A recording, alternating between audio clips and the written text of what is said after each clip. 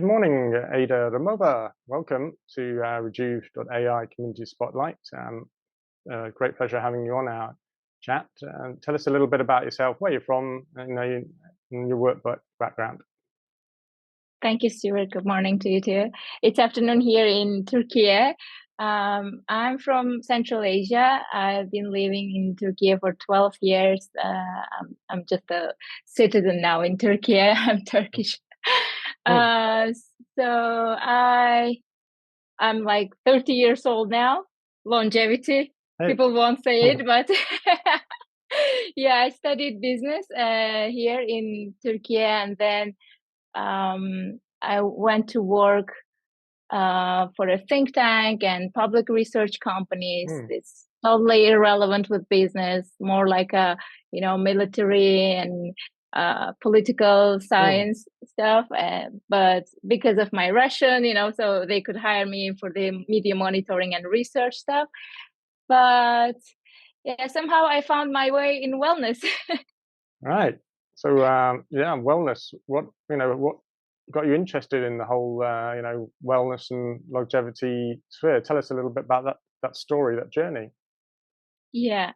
So after my contract ended with that research and think tank place, I was like, I had the time to think, and there was a COVID and everyone was looking for their ikigai, right? What's the purpose of my life and what I really want to do? And I realized that it's, I've been doing yoga for more a decade and interested in Ayurveda, all those practices, healthy living. I really was like, even in the university, people would eat fast food. I'm like, during the exams, especially, you have no time.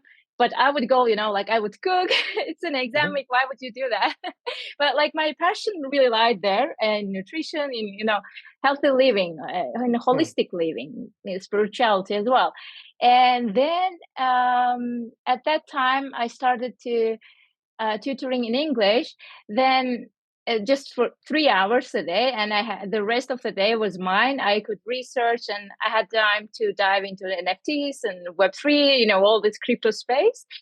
Then like I've been learning about this space a little more. Than my friend said, there's a Cardano community. They have fundings rounds each, I don't know, every 3 or 4 months, and you should apply. I'm like, but how? What I'm gonna do? And I don't know, like you're passionate about wellness. Why wouldn't you write your ideal project in your mind? Then I wrote a proposal to Cardano community in Fund 9.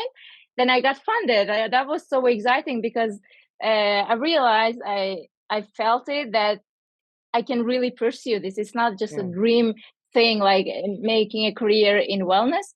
Maybe it's just a bit dream still, because I'm still trying to find my way in this area. But yeah, my wellness just started maybe 10, 15 years ago even. Not Right. 15, no. 12. Okay. So I believe bringing us up to date, more recently, you've been involved particularly with the Cardano community. Can you tell us, how that came about, and what drove you to engage with Cardano and wellness? Yeah, as I mentioned, my friend said that I could apply. Then I promised to the community that I will be building a knowledge base. It's just a website for crypto people, toolkits. You don't have to read science papers. I will be doing that for you. Then on Obsidian, I made these toolkits for eye health, for brain health, for your whole body, and meditations and stuff.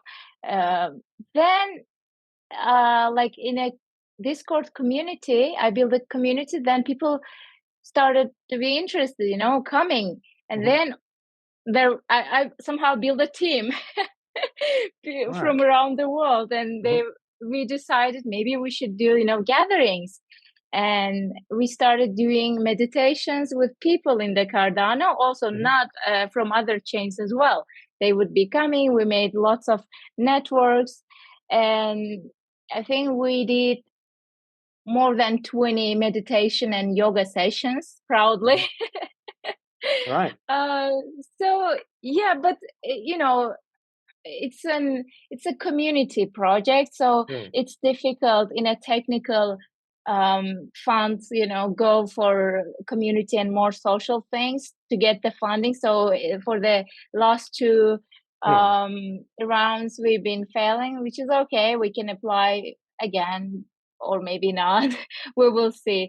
I'm just like taking my time from things, and again, you know, thinking what I really want to do. Yes, I know that my path is in wellness and longevity, but Mm. what particularly I can do? Maybe it's wellness coordination. Maybe it's well, startup is difficult. Yeah. I saw this with Ada well, and it's difficult when you don't have enough sources, Mm.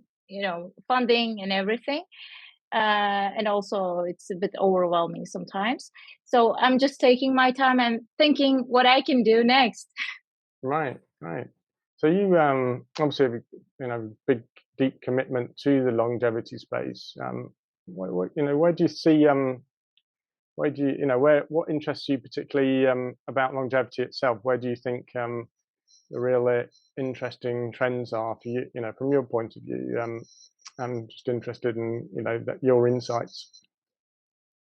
Okay, I think I will answer this with psychological or philosophical motive. Yeah. Uh, so, you know, I feel like I missed a lot of things, and it's like I need more time. I'm already 30, but I'm like, okay, if I can, Mm. you know, slow down the aging, I still can do many things, you know. Right. Well, right now, even reproductive system, people are working Mm. on this, right? I think Nadal or some decentralized communities working on this. Then I don't know, somehow, like you, when you are interested in wellness, in holistic well-being, Mm. you naturally, um, you know, interested in longevity. But I think it got strengthened when I started contributing to a newsletter, longevity newsletter, Right. and I've been researching cryonics, rapamycin, you know, NAT plus, and all those things. Mm. And I'm interested, you know, I'm a researcher, and I can just enjoy reading papers. Mhm. Then I got also I heard about Vitadao that is also focused on longevity. I've Right. been hanging around in the community and meeting people. Mhm. So yeah, I'm just like an observer in the space, just checking what's news and, you know, people what they are doing, what's the new studies, latest studies. I'm not doing anything like particularly as a work or as a project in longevity. Mm. Uh, as a wellness, you already know it's Ada well, and yeah, we will see how it goes in Right. the next years. Yeah. Sure. Um, in terms of Rejuve.AI, how did you come across us anyway? And what is it about Rejuve.AI that's piqued your interest, Ada? Well, I've been hearing about Rejuve.AI and Singularity Net. My Mm. friends from Cardano again in the AWL community, All we right. would chat, you know, and then I've been hearing about it, but I didn't really go and check.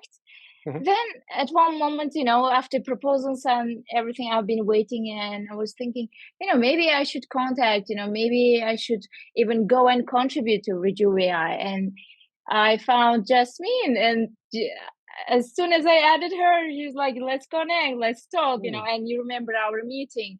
And that was really nice. After that, like before coming to the meeting, of course, I went to the Telegram, and Right. you explained me what it is. I like the idea, Mhm. especially.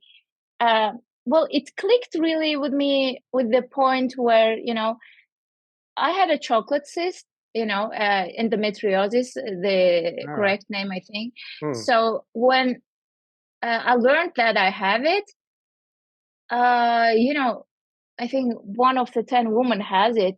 Mm. I've been like researching, you know, and right now it's smaller. It's like it's smaller, but I have the maybe techniques that worked, so I wanted to share those things. But yeah, I can go to YouTube and share my story, or maybe I can go to such a platform like Rejuve.AI and let's say I've been like following this diet, I've been doing this stress release practices, or I've been doing this thing or that thing, right? And then I can enter the data, or so I can even provide this for the studies, for the future studies that may, impact people. If I get it right, Rejuve.AI is really useful in that use case as well, like many other use cases, but like this one particularly clicked with me. So yeah, and especially your challenges in the Telegram are great. I should be honest, in our accountability partner channel in Ada, we tried, to keep each other, but there should be an like incentive, right, for the people, and you give that and when it is there also, and when community is strong and there is a system working, then it's great. And I see in your community that it's working. I like it. Good work. Oh, thank you very much. Appreciate that.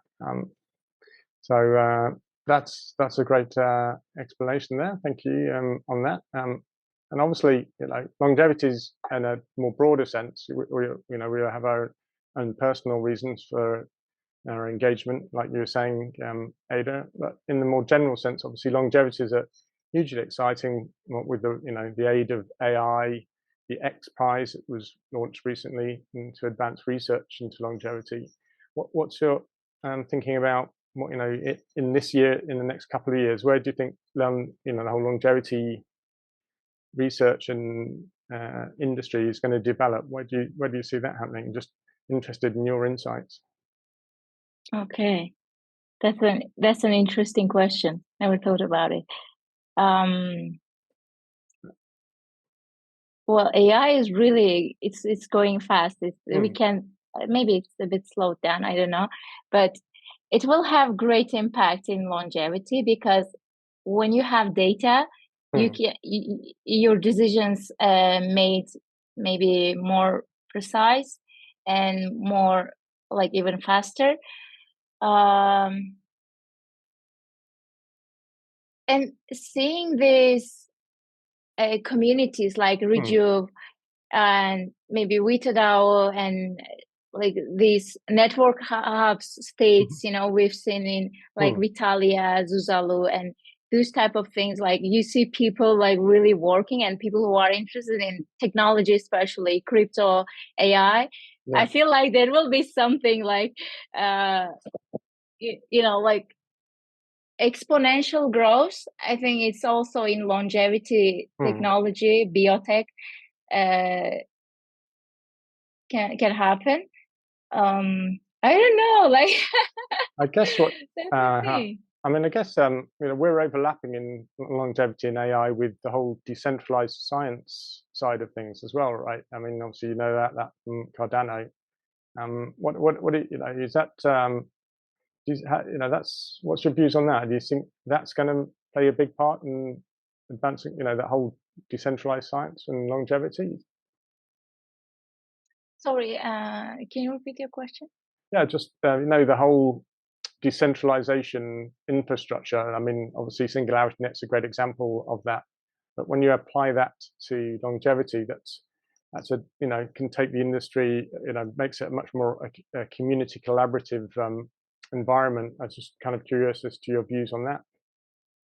Yeah, when it's decentralized, the name itself says that people can decide. It's not centralized.